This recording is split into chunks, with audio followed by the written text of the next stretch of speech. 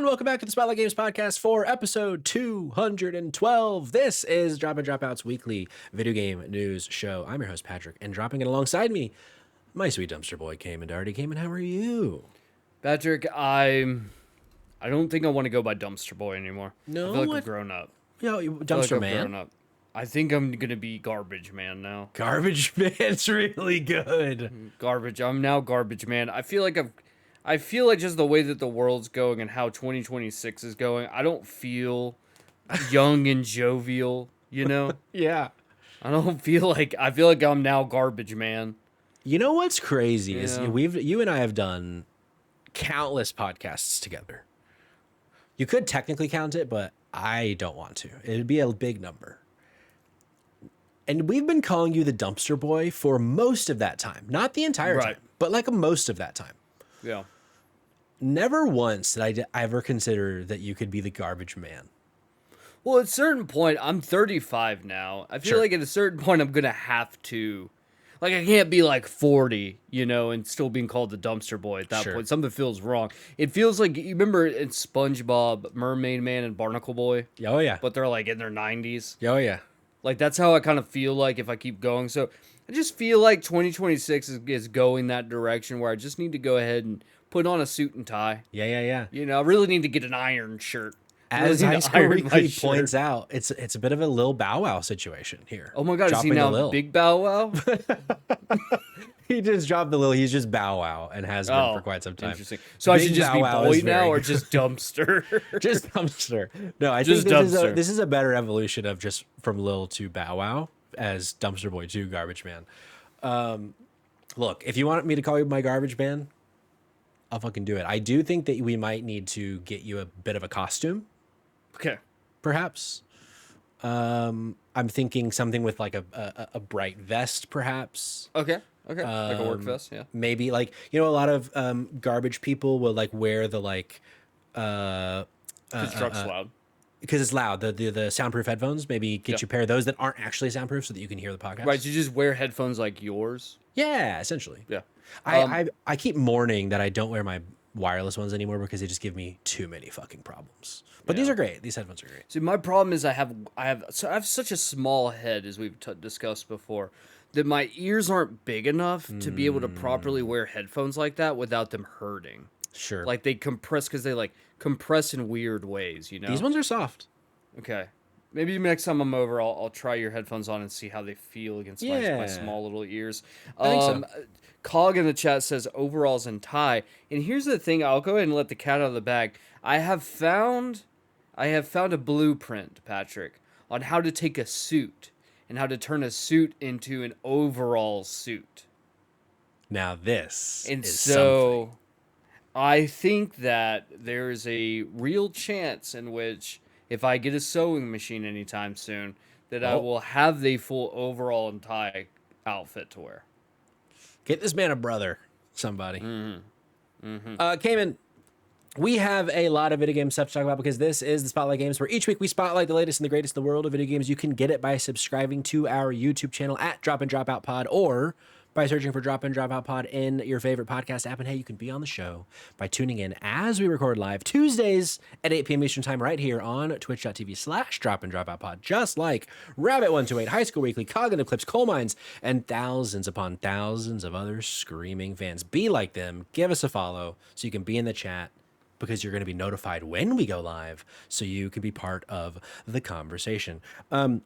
Cayman, tonight's Spotlight Games, as you know, and as I think most people in the chat know, yet another downer. So before we get to that, I do want to plug later this week, right here on this very channel, you are going to be hosting the Drop In Dropout podcast alongside myself and Kayla Gray, making her triumphant return from vacation and from her lack of being on Drop In Dropout's podcast for quite some time. Cayman, tell us about Thursday's episode.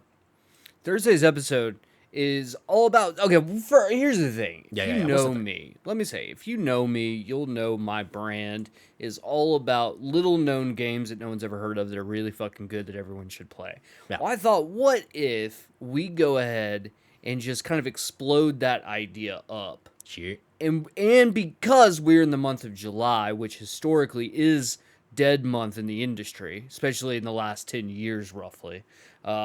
Now is a perfect time for you to start playing some of these little games that you've never heard of. Yeah. And so I will be hosting, and the plan so far, I haven't done anything yet in preparation, but the plan so far is, as most Dumpster Boy episodes go, we will start with a history lesson, so you don't want to miss that. And then we will go into basically talking about all of these hidden gems that you may have never heard of that are must plays. So I'm very excited about this. I have a whole laundry list of super low key games that maybe haven't shown up yet in any sort of review on Spotlight.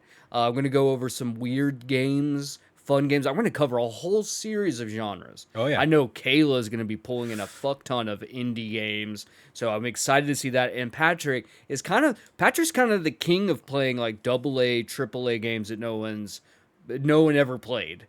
Well, so I actually, yeah, I think I'm a bit of the weak link on this podcast for Thursday, that I feel like you and Kayla have so much like truly unheard of shit to talk about. And I feel like for me, it's going to be like, you guys ever heard of The Last of Us? But I went through, I've done a good bit of research so far. I went through like every game I've played, or at least that I've logged that I've played on GG, which is like Letterboxd if you're unfamiliar. And that got my wheels turning a bit. I was like, oh yeah, I remember this game on the Vita. Right. But I do still need to do some more research, because I do think that I'm not bringing enough good shit to the table just yet. But tune in Thursday. You're going to see some good shit from your boy for sure. It's gonna be good. I'm very excited about this episode. I like hosting these episodes. I think Me we too. always have a good time, and I think my favorite part of these episodes is I do love the intro piece. I love the history portion, and I'm very excited. And I'll kind of let the cat out of the bag, but there's gonna be numbers. We're gonna be talking a lot about numbers. And I'm very excited to go over that kind of information to show you just how big the industry really is and how little everyone actually plays. And I think that that's probably the crux of this episode. So I'm very excited about it. I think everyone should tune in. Yeah. Hell yeah, I dig it. Also, at some point this week, Cognitive Clip's dropping a video essay, so make sure you go follow him on YouTube to get that. And of course, we're going to share it on social medias as well. And then something that we don't plug enough on these podcasts of ours is our merch. DropinDropoutPod.com. Several things can happen on dropinDropoutPod.com. You can join the Discord, of course, but you can also buy merch, which, Jake says this on his channel, and we haven't quite adopted our own version of the message, but the message is buying merch isn't a way to support us, financially at least. Buying merch is a way to say, hey, I like Drop and Drop Out, and I like the art that Cameron, the Friendship Design, made, and I want to sport it, because we have the margin's very slim, because we're not in the game of merch to make money. We're in the game of merch to spread the love of some really dope art that Cameron has made over the years. And I think a big thing, and it's something we rely heavily on. I don't think we've really ever talked about this, but we don't put a lot, if any, money really towards marketing. No, merch none. is the We've easiest never spent way. money on marketing. Right. If you appreciate what we do here and you want to go one step further, it's telling your friends, telling your family members, telling the people that that are into video games to check out our podcast. And what better way to do that than to be a walking billboard? Mm-hmm. And let me tell you, I've got a billion ideas lined up for things that I want us to do merch-wise. I want us to do one that's drop in, drop out, but like a metal logo. Ooh, yeah. Like a fucking hardcore band t-shirt. Those are Yeah. always great to me. I love the idea of that, and there's probably some other things that I have thought about that I forgot. One's a hot dog. Ooh, With it just a hot written in dog. mustard. Just with it written in mustard and ketchup. But are they like the Dido colors? Maybe the relish is like a teal instead of a green, perhaps. Who knows? Maybe. Tune in to find out. Tune in to find out. Next time we have a merch drop in 2032. Right.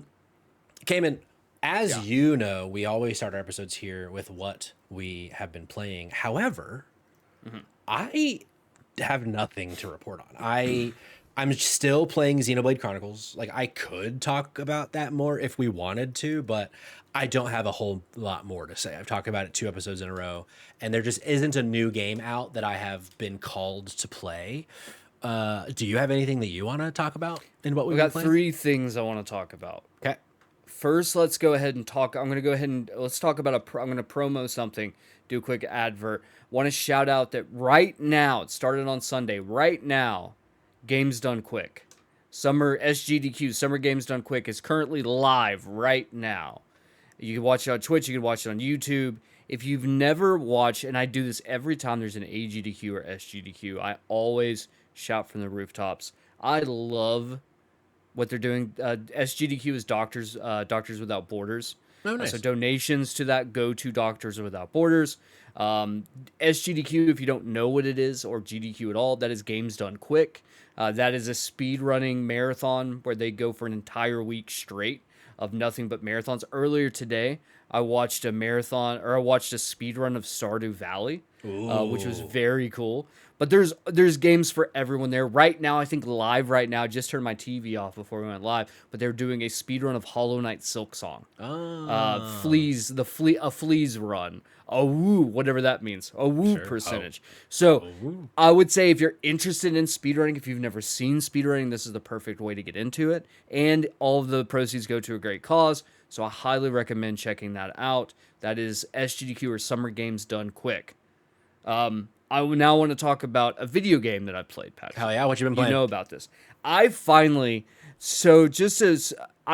Everything fucking sucks right now. And one thing that really helps, I think, is retail therapy. Yeah. And Mugenics was knocked off. It was like $10 off.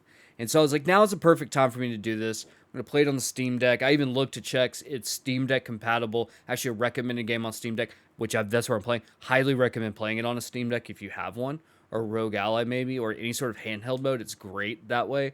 That being said, Mugenics, I drafted it knowing that it was going to do well, but never got around to playing it.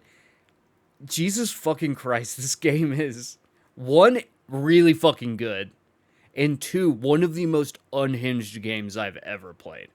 It's so incredibly unhinged in the best fucking way. It is absolutely, I don't know how or why this game even exists. Yeah.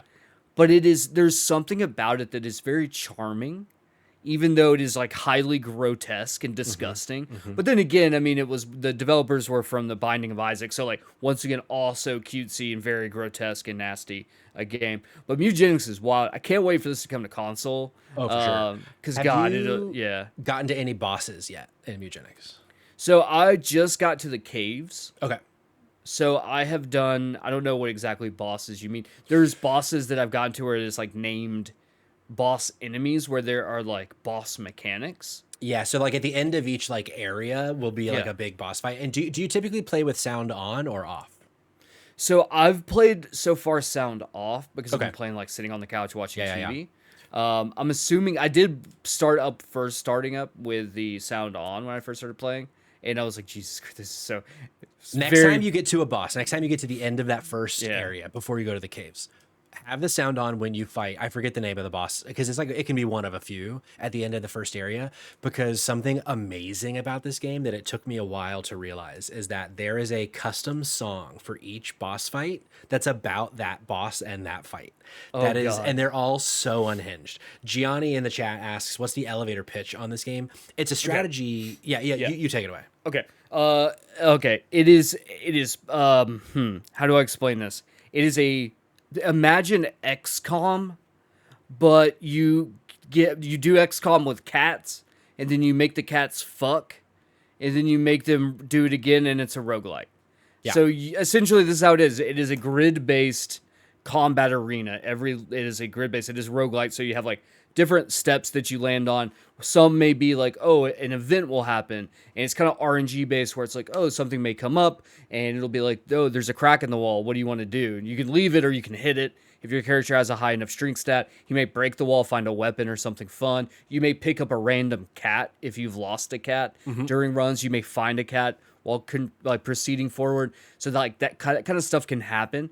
But as you're kind of working through, it is a real-time strategy or not real-time, but like turn-based strategy. Yeah. So it is grid-based. It's like strategy tactics. Before you go on a run, your cats will have things like collars that will give them certain class types, like a cleric, range, tank, fighter, that kind of stuff. I just got a thief class unlock. Yeah. So there's different class types. You can then put on special things like weapons or special perk items that maybe modify slightly. But as your cats level up, they will get like modifiers that will mutate your cat. And these mutations can be something like scoot your ass across the ground and a maggot comes out. That is a mutation, which is also like fucking great. It's one of the best mutations you can get because it adds another character on the map that can do damage. And one might be like, every time that you cast your basic, like if you're a ranged character, and every time you shoot a ranged weapon, then you may get like a 50% chance to shoot again. Or stuff like that. So like you're working with it, you can get some really weird builds. I had a build earlier today on a run where I had a cat whose only job was to die. Because he had a self-downing, but he also had a perk that when he got downed, that he then healed everyone to full. So I would just like, if things were getting hairy, I just essentially play dead. Yeah. And then it would turn around and boof everyone up. So I just played him like he was just not doing damage. His whole job was to just die when I needed him to die. And that's how I made it through a boss fight. It was fucking awesome. It's a masterfully designed game. Johnny, honestly, you should stream it because I think you'd really fuck with it. It has such a great mix of different abilities for your own team and a lot of really interesting different enemy types that like really keep the game like on your toes a lot. The art style is like kind of hit or miss for people. I love the art style, but I can see why someone might find it like gross. But another thing that you've probably dipped your toes in for sure, but it does the thing that I love roguelites to do. It doesn't do it as well as something like a Hades 2, but like your home base, over time you upgrade things, and like the cats, that whether they die or if they, you finish a run and you bring them back to the house, like there's things that you can trade your cats for essentially to like make your life better in the game. And so and all of it's like also just like very funny, like the dialogue for this game. So it's a really, really, really strongly designed tactics game that I think is very, very fun. And I need to get back to it because I didn't beat it. I got very far. I think I got to like the 3rd or 4th biome, but I have not finished it yet. Yeah, it's very cool. And I think to your point, the art style, that is definitely, it feels very almost clip arty, like old, like, Newgrounds games back in the day. Like it does feel like that, which can be hit or miss, but I think it works for this particular game. The type of game, and I think it makes some of the more grotesque and nasty parts of it feel a little bit more digestible. Sure. That being said, there was a character in the game whose name's Tink, and he makes a comment very early on where he's like, oh, you have cats. I love cats. Oh, I just want to go over there and spread open my arms for you and maybe my legs. Ooh, did I say that? I was like in full blown tears, like as this is going on. Just fucking absolutely unhinged, wild shit that happens in this game. And if it's I think it is also one of those games where you can probably sink 100 hours into it, not realizing that you're just doing run after run, having fun. Yeah. It is a fun game. And I think that it is, at least right now for me, it is the perfect level of difficulty where I do not feel like the game is being cruel, but I do feel like I have to be strategic when I play, which is nice. It is a nice balance on that. And I can see where, later, like most roguelites do, later biomes get much harder to kind of get you to then invest in like your core power-ups that will, for sure, give you like permanent boosts and things like that. But overall, where I stand right now is I'm very hot on Mugenics. I think that this game, sleeper contender. I think I don't think it'll win Game of the Year by any stretch because GTA, but I do think that there's a very good chance that this wins Indie Game of the Year. I think it certainly is nominated, most likely. Yeah. So just be on the lookout for that. That is one. And you know what? I think this is a weird one. Like I'll probably talk about this game again on Thursday. Maybe I'll leave this one for you, Patrick, for Thursday. Okay. Of a game that while it is, Binding of Isaac is a pretty big game. It's very much like for a small audience, I think, of the people who know things. I'm surprised like Mugenics has not blown up. Right. And so I do think this is a sleeper hit that people aren't going to talk about. Like you'll see it show up in Game Awards at the end of the year, but I don't think you're going to see a lot of conversation about this game at all, really, outside of that. I agree. You said you had 3. I do have one last thing, and I just briefly want to touch on this. I watched Return to Silent Hill. Okay. It is arguably, of the 3 Silent Hill films, It is the most, or has the most fan service. Okay. This movie is one of the worst things I've ever sat through. I'm not kidding when I say this movie is so bad on a fundamental level that like it is. Sid and I watched it and we were just like, half the time we were looking at each other like, what the fuck is going on in this movie? It has no idea where it is. And there's like moments in it that are like trying to rip directly from the game, but then they do something different than the game. So what? Then they splice on another part. So essentially, just imagine this. Imagine if a game gives you or if they just represent scene 1, then they give you like a fake thing that they made for scene 2, but then pull scene 3 from the game back. So you have a connective piece that doesn't make any sense connecting to. So it just feels like a game full of like nods without any idea of what it's nodding to. Yeah. Like, it's wild. I mean, Highly it has recommend a really it. bad rating. Yeah, it's awful. It's on, I think, Hulu right now. I cannot stress this enough. This movie is awful. Like awful. And I would love it. I'm going to fight tooth and nail. But it's just a very busy week in September. But I'm going to fight tooth and nail to see if we can get an STC episode to go around the time of Townfall. Sure. And do Return to Silent Hill, because god damn it, it's bad. We'll see. It's so good. You got to watch it, dude. You really do. You'll love it, I think. Well, we'll see. Okay, man, any final things before we move to story number 1?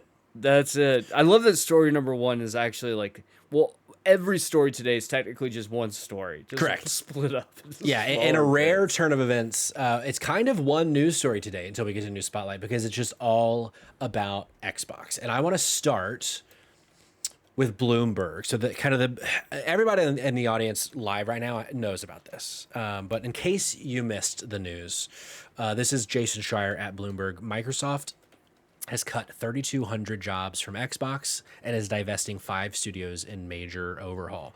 Microsoft Corp's Xbox plans to eliminate 3,200 jobs, or around 20% of its staff, over the next year as part of a massive reorganization to spur growth in the struggling gaming division. Xbox will also divest 4 of its video game development studios and is beginning the process to part ways with a 5th. Quote, "Our business today is not healthy," Chief Executive Officer Asha Sharma wrote in a note to staff Monday morning, adding that Xbox is operating at margins 3 to 10 times lower than comparable businesses. "We must reset Xbox," end quote. At Xbox, 1,600 jobs are going to be eliminated on Monday, or were eliminated on Monday. The rest over the next 12 months, according to the letter. The reductions come amid another 3,200 layoffs at Microsoft outside of Xbox, largely among sales divisions. In all, planned cuts across Microsoft announced Monday total 6,400 people, which amounts to less than 3% of total headcount of about 228,000 people that work for Microsoft, which I didn't realize that was the number of people that work at Microsoft. That's fucking crazy. Yeah. Coleman suggested that more divisions of Microsoft will see these kinds of restructurings. Quote, "We are still early on in this journey, and there will be more changes ahead. Other parts of our business will need to make similar changes," she said.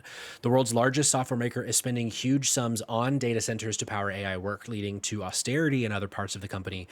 Microsoft engaged in 2 waves of major job reductions last year that affected a total of 15,000 workers. So we're up to over 20,000 people in the last basically year from Microsoft.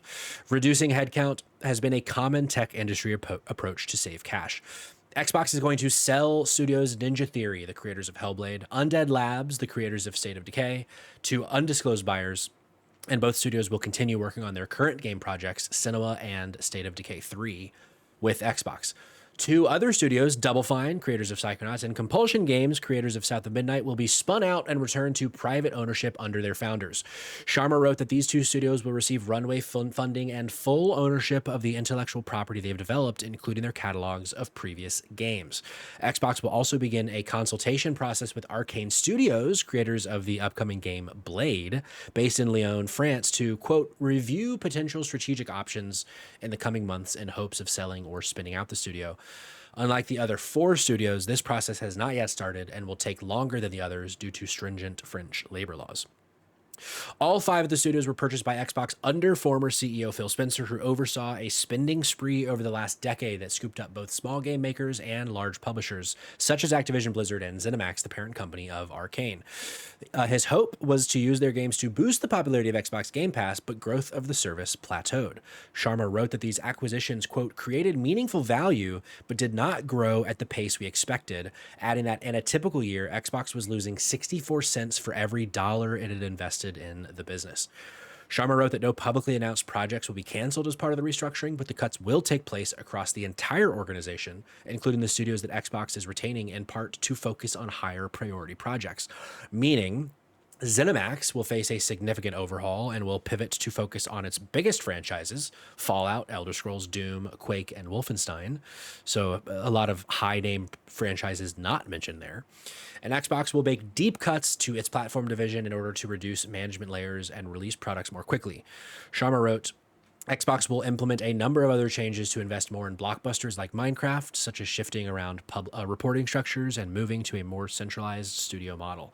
She wrote that she wants Xbox to reach 1 billion players per day. Quote, these changes are about a bigger future for Xbox, not a smaller one. This year, we'll invest as much in Xbox as we ever have, but we'll invest with greater focus, greater discipline, greater clarity, all in service of making Xbox where the world plays and creates.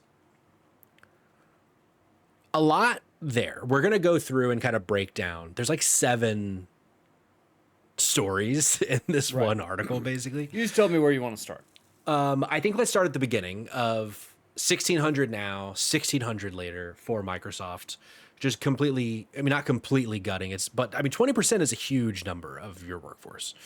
Initial thoughts from you, Kamen.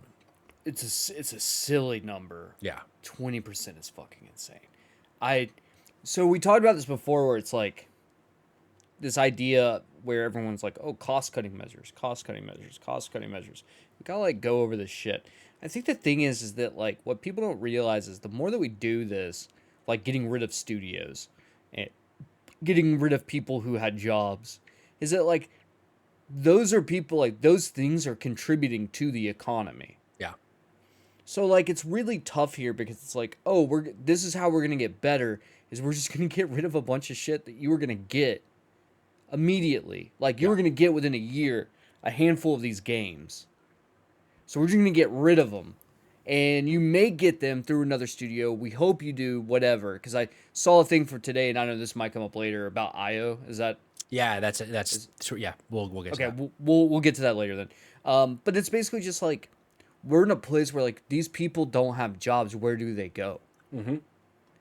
If we're not making games, who can pay? Who is going to pay for your streaming service? That's that's only draw, to be honest. Yeah.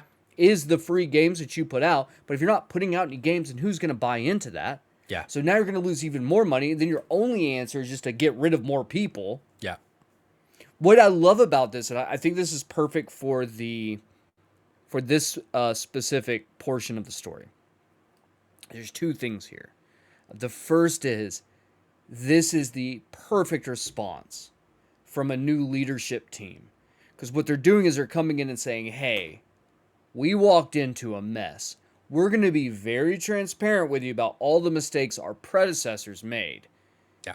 We didn't do this, it's them. Now, whatever we're going to do is going to be fixing the fuck-ups that they made. Yeah. And so it's something where there's no culpability. I don't give a flying fuck if you're a new manager who's walked in. You are still part of Microsoft. Yeah. Don't come in and say, look, oh, well, my predecessor shit the bed.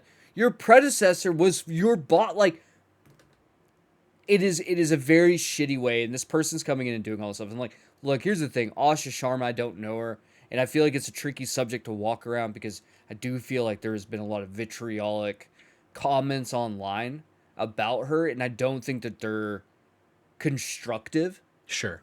I think people are attacking her for things that are not related to this conversation. Sure. So I do want to be very clear when I say this, is that this has absolutely nothing to do with her, who she is as a person. It has nothing to do with whether she has or does not have ties to the games industry. It does not have anything to do with her gender or her race. It has everything to do with the fact that you walked in as a suit.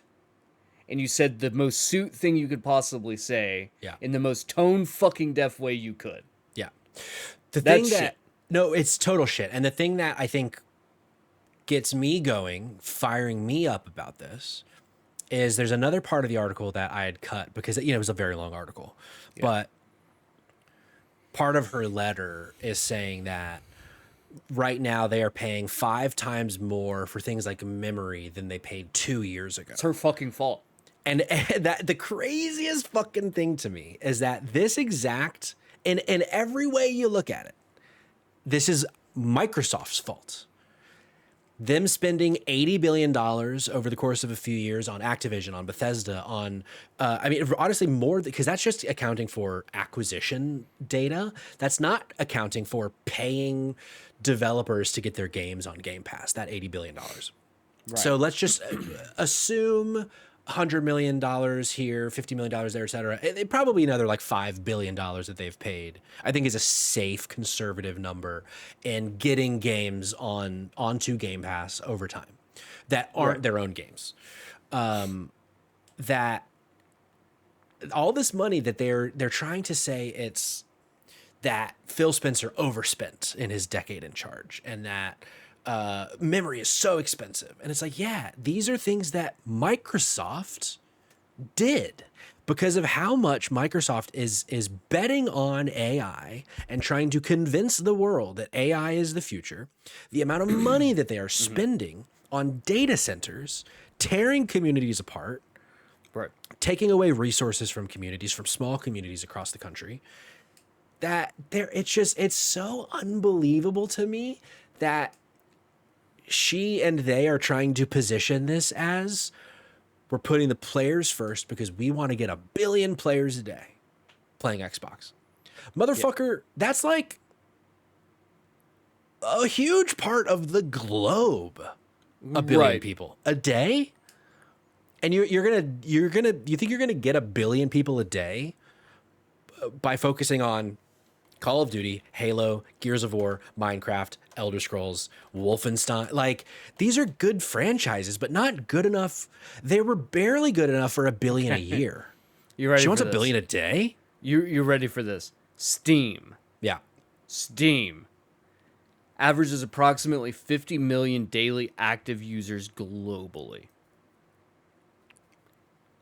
She wants 1 billion.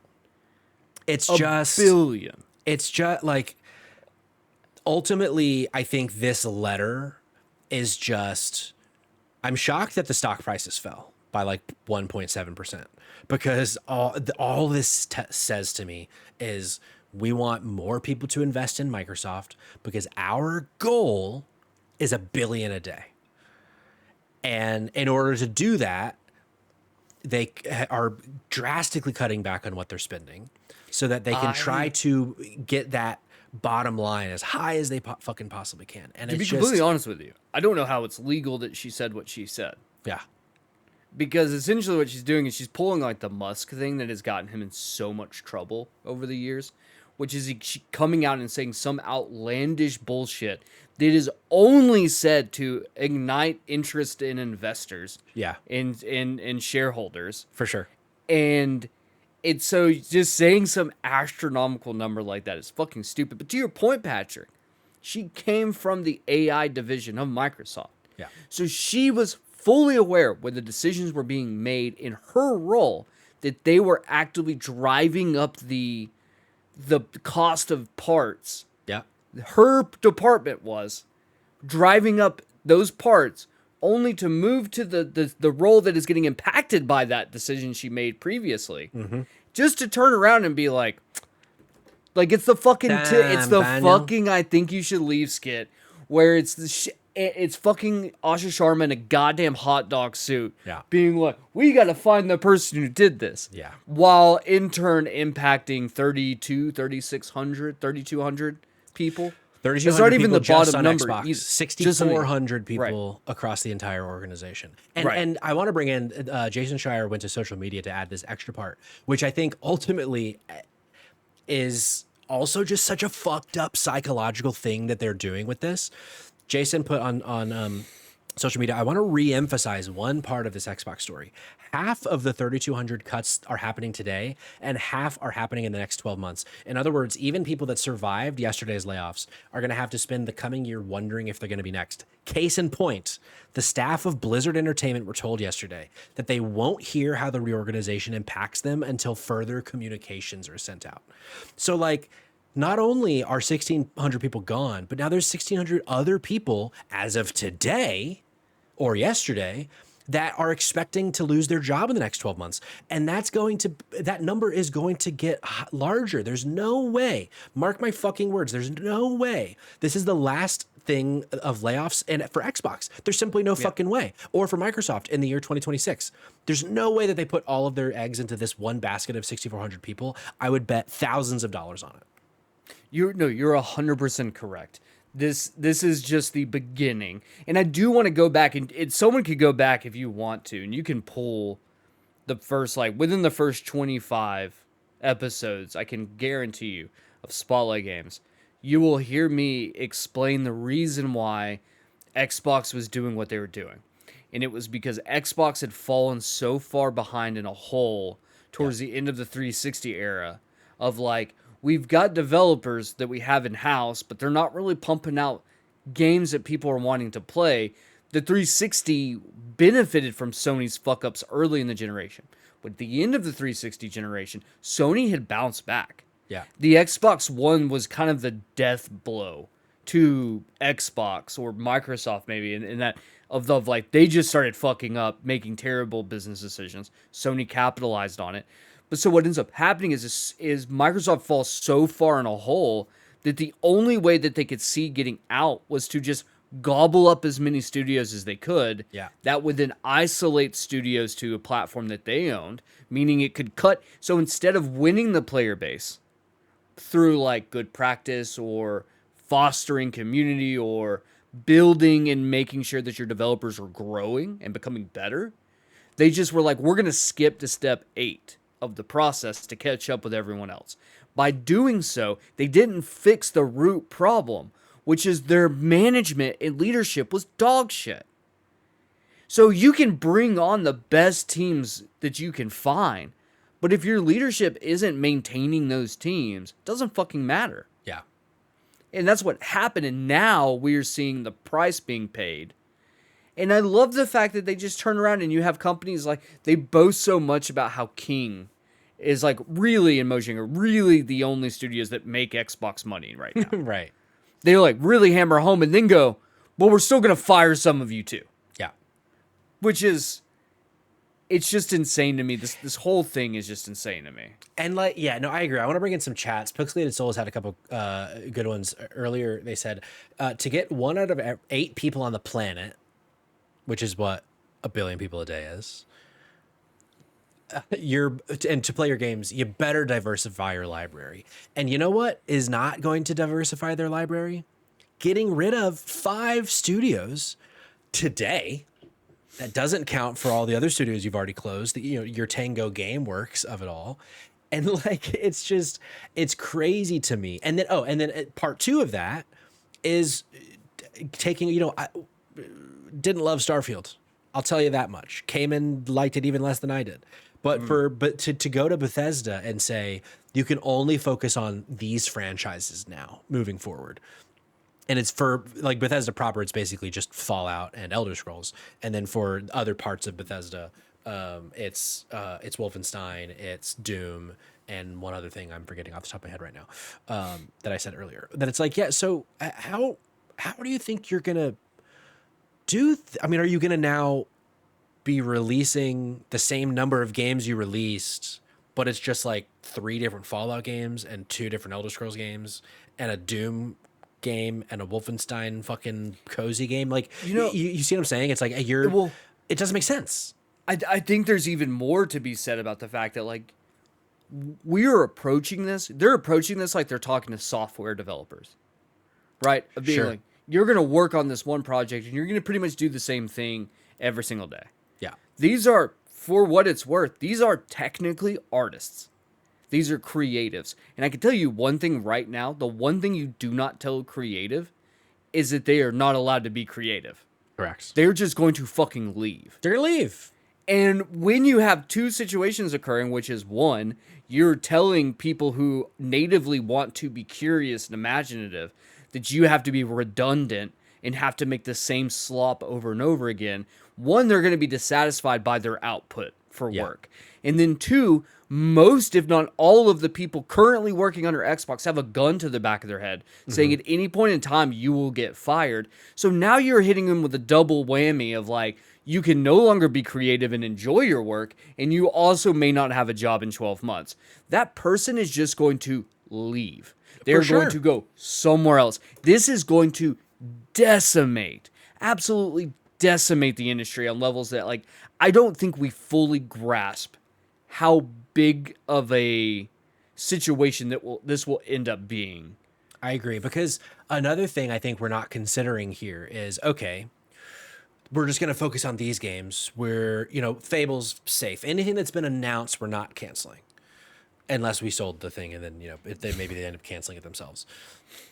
But who's to say that there doesn't end up being exoduses from these franchise or from these companies, so that folks either leave the industry entirely because it's a sinking ship, or go to find work somewhere else where they don't expect they're going to lose their job in 12 months, even though they probably will, because everybody does fucking layoffs in this industry. Is like, okay, so then in 9 months when fucking Elder Scrolls 6 is losing their creative director and their art director and all these people, it's like, okay, well, at some point we're going to cancel the game because we're losing, like, we can't keep talent, and also it's costing too much money, and also it's like the ramifications I think this is going to have. Right. I totally agree. This is going to be like, we have no idea how much this is going to impact the industry still, because as listeners of Spotlight Games and any video game podcast that focuses on news knows, layoffs is like the thing that happens like every day in this industry. I can't imagine the number of people. I mean, there are people in our audience that are a part of that number. That who's to say, like, if I'm them, I leave the industry. There's too many people. There's like tens of thousands, literally tens of thousands of people that have lost their jobs in this industry. And those jobs don't exist anymore. Right. So where do they go? Yeah. And not only that, but I think it's like, okay, well, they're just going to enter the private workforce, or they're going to go, I guess that's already private workforce, but they're just going to enter the non-gaming workforce. But then, like, here's the thing. There's layoffs there, too. Yeah. So it's not like we're running down. We're not creating, like, new opportunities. So I think there's going to be a big impact here. And I think where I really stand by, and this is, like, the biggest thing here, is that I genuinely don't believe that Xbox will be around in 5 years. I won't be surprised if you're right. Like, they're on a course right now, because think about it this way. Bethesda might have a game coming up soon. Maybe. In the next 3 years, maybe. Maybe.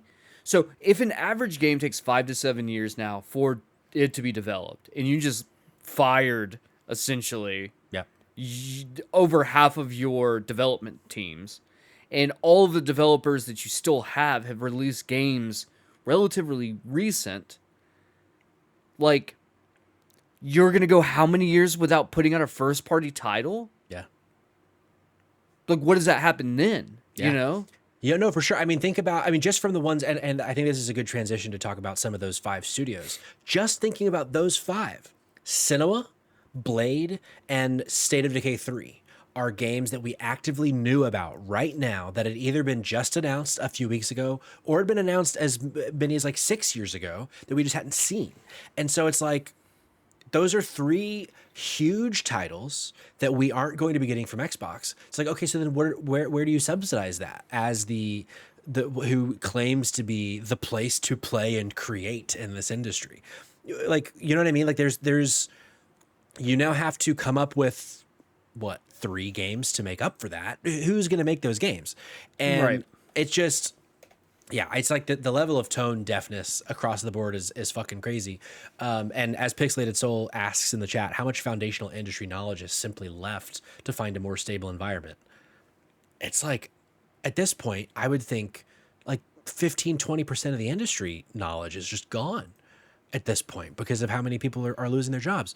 But as I said, I want to bring in. So this is a story from VGC from Andy Robinson about Double Fine and Compulsion. Double Fine and Compulsion Games have thanked Xbox for allowing them to return to independence as part of Xbox's significant restructuring plans. On Monday, Xbox announced plans to cut thousands of jobs. Blah blah blah blah blah. Psychonauts Studio, Double Fine, and South of Midnight Creators Compulsion are the two studios being allowed to return to independence. As part of the agreement, both companies will retain their IPs and game catalogs and receive investments. Sharma said, we already read that. I'm trying to find what Tim said.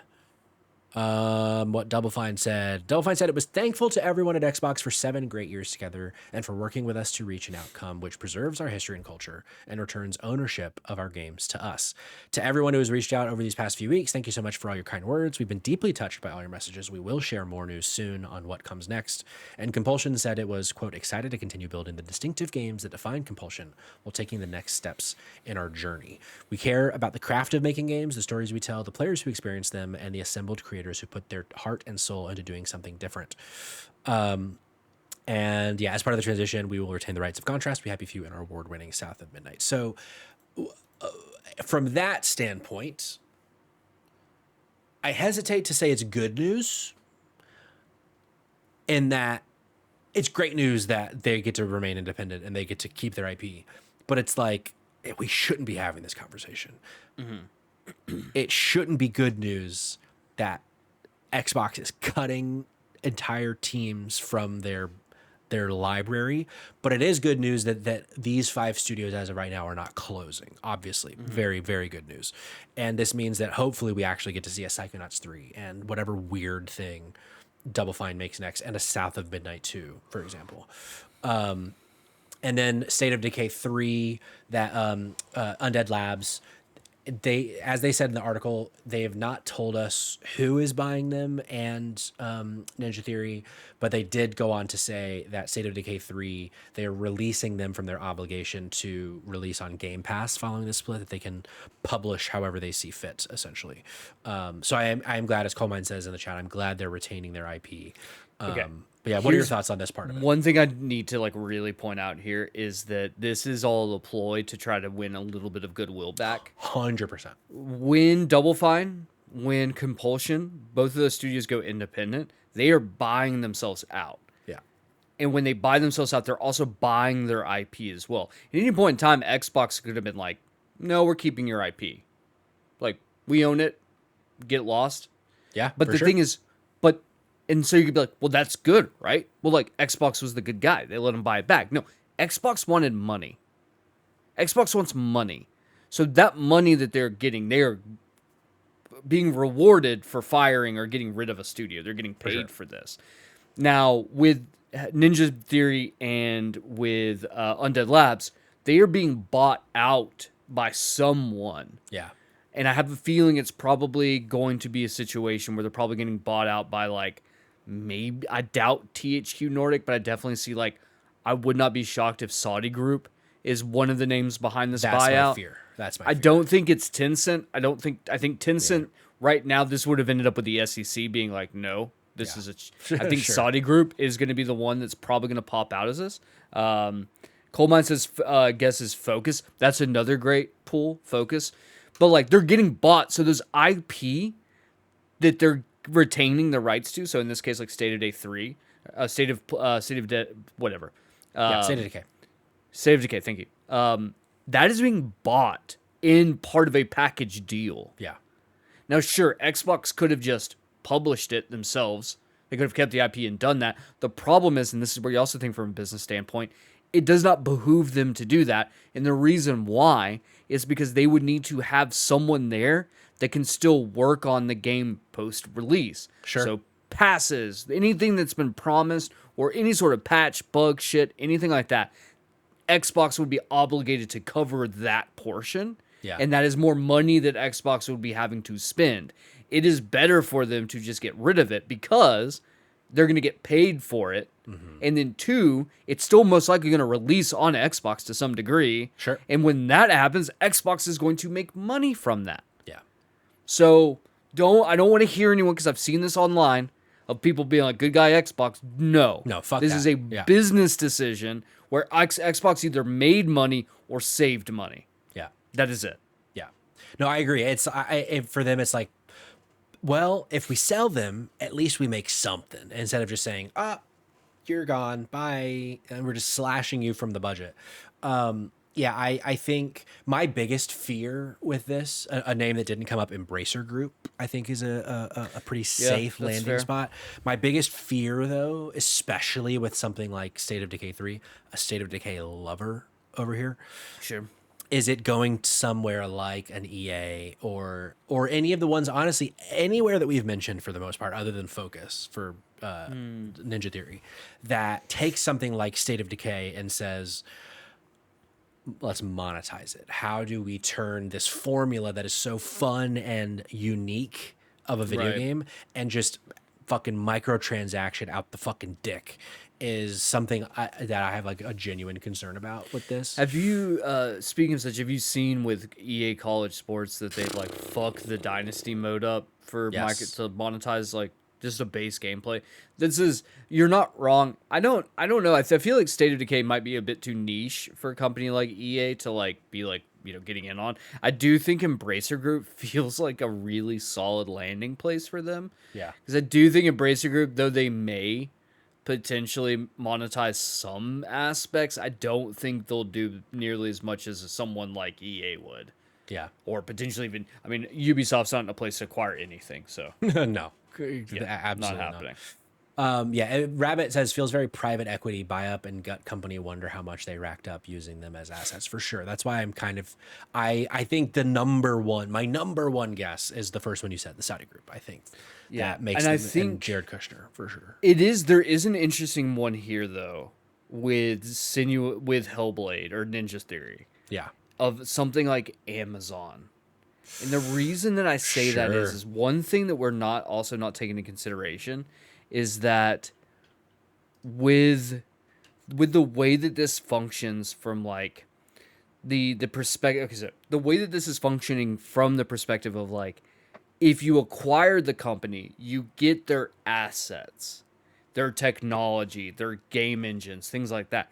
Amazon would benefit quite a bit from acquiring a company that has created like almost a lifelike game engine. Amazon as a landing spot for Ninja Theory is an inspired estimation. Because you could use that for more than just video games. Like you can use that to also put towards animations and stuff of that nature. And also Sinnoh, of all of the IP that was sold, Sinnoh is I think the easiest make a fucking movie. Like Sure. like which I think is something that Amazon would really find very appealing is Right. Diversifying the IP across different media forms is something that they fucking love to do. So yeah, I definitely think I'm so interested to see where those 5, especially Arcane, which we didn't really talk about. There's not like a specific story about them, because it's still like it's so young, and because they have to deal with France's laws. Like we really don't know what's happening with Arcane. I do feel like, because you're right. So France has like some really interesting and really strict like union laws. Yeah. And that's what's essentially helping them right now, and what's fucking Ubisoft. It's a very weird dynamic currently taking place in that specific ecosphere in France. I think, and this may be crazy, and Patrick and I've talked off air on this, but I think a good landing spot for Arcane is for Sony to swoop them up. I love that idea. I think for a couple different reasons. So one, it brings Blade into the same universe with Spider-Man, Wolverine, and it's helping build that synergy out more with like a Disney Sony partnership, and I think that helps them in that regard. I think the other thing too is I think Arcane as a studio works really well with the rest of Sony's studios. Just like adding them into that mix, I think is really like it makes sense from a cohesion standpoint for them to be there. Yeah. And I think the last thing is that if Sony were to be able to scoop up Arcane, that would essentially be like the official flag being held up of like, we won the console war. Sure. Like you guys couldn't have studios because you fucked up so bad. We'll take them from you. Sure. And like that is now, Sony it's a David and Goliath if you look at like the financials between the two companies. Yeah. Because Xbox is being backed by $1 trillion company, and Sony is only what, double digit billions, Yeah, which is something still like that. fucking crazy. But still, Right. if you think about it, you're like, Microsoft is a $1 trillion company. Yeah. So like it really is like it is David and Goliath in terms of like studio size. Yeah, for sure. Also, yeah, Ichiban in the chat saying with Blade never being on disc also. if it goes Correct, to yeah. PlayStation. That's true. Which I bet the Blade disc art would go crazy. Another piece of this that actually wasn't in the original article. Also, I totally missed Davy James with the sub. Thanks, Davy James, my handsome goat. And now French Dip in the chat. I feel the love from every angle. This is another part that didn't make it into Jason Schreier's article. Xbox layoffs reportedly gut id Software's coding team and cut 60 to 70 developers from Obsidian. Most, if not all, of id Software's coders, and 60 to 70 Obsidian developers and more veteran developers have reportedly been laid off from Microsoft as the scale of this week's big Xbox cuts becomes clearer. This was posted earlier today on VGC by Jordan Midler. Just like we're starting to kind of get more information about the loss among the different studios, and that, I mean, hearing that most of id Software's coders are now gone is like, you know what that means, right? well, The first people that are gonna go when AI starts to make its full-fledged like thing is coders. We're gonna be having AI write the code. I mean, AI already right now, companies are doing that where the actual coders that are physical human beings, they just go behind the AI and fix its fuck ups. Yeah. But if those people aren't there, a great example is I saw this video earlier today where a guy had 3 phones, was using 3 separate AIs, and was having them talk to each other to try to count to 100, and they could not do it. Now imagine you've got just a shit ton of AI, like all these individual thinking AI, and you're like, you fucking running them together being like, code to me a video game. And it's just them trying to count to 100 and still failing at that. And like, it makes sense because who's the person at the top? The person who like ushered in Microsoft's absolute like fucking madman descent into AI. Right. So would not be shocked if they're just looking at it being like, well, AI can do it. We don't need them. Yeah. Well, it's so day. concerning to me because like right now we're about to get the Doom the Dark Ages DLC. It might have actually already launched. I know it's in July. I forget the exact date. And so it's like, okay, in the actual big story, one of the franchises that Bethesda is still going to focus on is Doom. It's like, okay, with who? If you just lost almost all of your code, like the skeleton of a video game is its code. You can't have a game without coding. So Heroic Headgear in the chat, it's gonna be glitchy slop. Most likely, if it's gonna all be AI, it's like coming from all angles. And this is still like, the other thing we mentioned from Jason's tweet or whatever, that like Blizzard has no idea what's happening yet. They don't know how much of the second 1600 is going to be them. So it's like we're going to be, I feel like the aftershock of this. I mean, we're going to be doing episodes 6 months from now that it's like, well, figured out another piece from the layoff story back in July that it's like, okay. Something that I think is very interesting is I feel like we've been having a kind of rough around this exact same conversation for the last 4 to 5 years, however long we've been doing this. 5 years now, I think we've been podcasting. Yeah. And I think we have this conversation a lot. Never been wrong regarding it. Like, it is going down the exact same trajectory that we predicted 5 years ago. Yeah.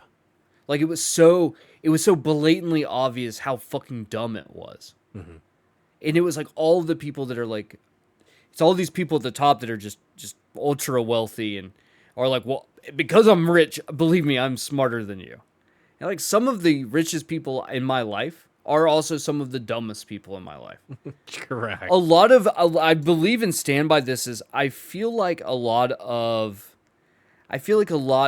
the reason people get rich is because they have like an unprecedented level of confidence and unfounded confidence. If you can just have enough of that, you will just work your way up automatically. Oh yeah. Like people who have a conscience, like have self-awareness, these kind of things, they don't like they have doubts, which means that they're not just going to bring forward a dumb idea. They're going to think on it. But then someone who's just really confident will walk in and sell the dumbest thing. And people are like, man, this guy's smart. Makes $1 billion fucking off of it. And now here we are. They've ruined our the only thing that's fucking keeping me alive anymore. You know the phrase I've been trying to get this phrase off the ground for what feels like more than a decade now. Get rich or die trying. Oh, that's a good phrase, Patrick. Pretty we good should phrase. put that on a t-shirt. I've never heard that before. Maybe. Or I don't know. A video game, perhaps. A rap album. There's options. You know, maybe we can even have another logo or another slogan on the shirt too that says like, I got shot 9 times. That's my motto that I try to say. That still hasn't gotten off the ground either. So true. So Yeah. true. You know what they say, Patrick? Oh. I got shot 9 times. Okay. One other story we alluded to much earlier in the podcast. My face is so red when I pull up the article to read from. It's like something about the white light, I guess, coming out of the window. This is again VGC. This is Jordan Midler again. IO Interactive has confirmed it will continue working on Project Fantasy after the end of its financial partnership with Microsoft.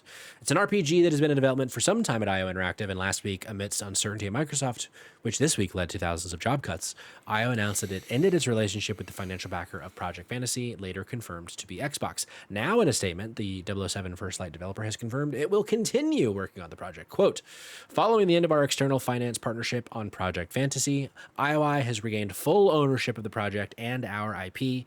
We will continue to develop and fund it independently amongst our other projects.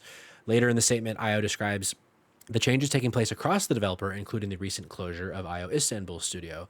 With this context, they say, we had to find a new balance for the long-term future of the studio, focus on the success of our main internal core titles instead of external projects and potential mobile game derivatives.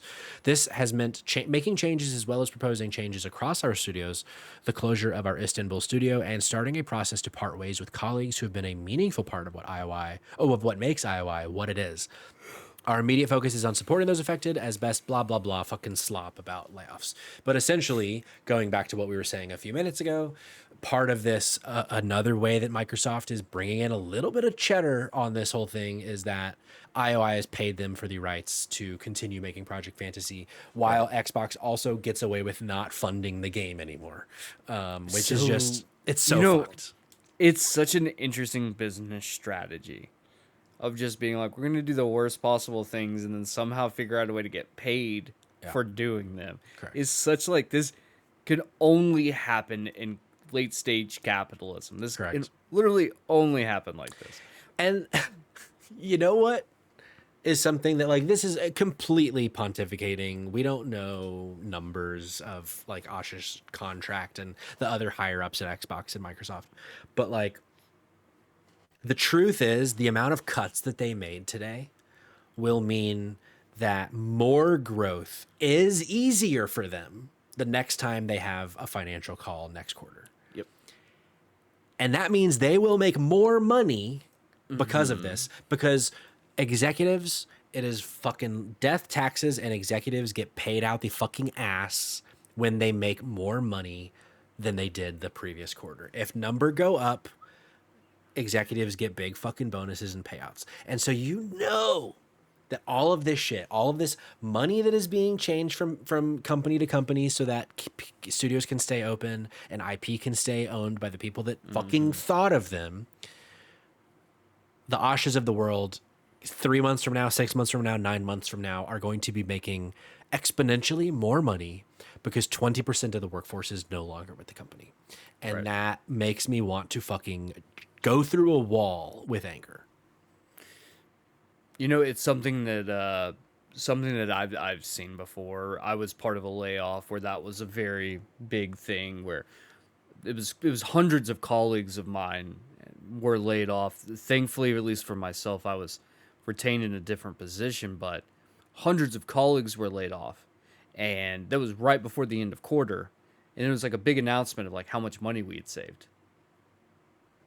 And it's like, you know, we're just in a situation where there's how many of them and how many of us?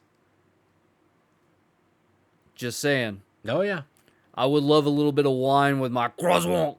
Oh, well, my croissant. My croissant. Like, shoot me 9 times. Gosh, I'm not times. Yeah, and Horror says, I have not seen this, but I'm not surprised if this is true. Meanwhile, Satya Nadella gave himself a nice little $96 million bonus. You know how far $96 million could have gone? Not as far as you think, but it could have saved a lot of fucking jobs. Not in this economy. Not in this economy, but it could have saved a lot of fucking jobs. But instead, Satya Nadella gets to add to his fucking war chest of money that he has made by ruining basically every industry that tech is a part of. So yeah, fucking sucks to be a gamer. Sucks to love things. Sucks to try to be happy. Sucks to want to enjoy life. Sucks to try to talk about video games with your friends when all they want us to talk about is fucking bad news. Sucks to exist. Yep. Yeah. That's true. You know what they say about life, Patrick? Get The rich or hardest die part of it is trying. living. Get rich or die trying. Yes, that's what they say. Oh, fuck. I mean, that's about it in terms of what I have. There were a couple stories that I put in the news spotlight, but it's like, it's bullshit and no one cares about. That's like Nintendo's not going to sell things in Europe in like 2 years or something. Who cares? Any final thoughts on all of this fucking nonsense? Just that I'm sad. Yeah. I have nothing. Yeah. No, me too. But as Friendship says in the chat, we must keep trying. We must not let these fuckers win. I agree. You know what they say about trying, Patrick? You either get rich or you Or you die. Trying. I'm so glad that my phrase is finally kind of getting some Yep. some groundswell from the people. Feels good. Well, folks, that is the end of our show. Thanks for being here to those of you that were in the chat. Thanks for being here, those of you that are watching later or listening on podcast services. Leave us a review. Leave us a comment. Leave us a subscribe. All the things. Tell your friends. Go to dropinDropoutPod.com. Follow us on all socials. Join the Discord. Buy some merch if you want to support and show your support to the people of your community. Thursday night, Drop and Drop Out right here, twitch.tv/you are hosting. We're going to be talking about games that you probably don't know exist that you're going to love. Will be very fun. So be sure to lock in or lock out. Fucking cowards. Yeah. It's been my pleasure to talk about this with you, Kamen, even though the news has been fucking bad. But for now, I wave goodbye. I say thank you. Goodbye. I love you. Bye-bye.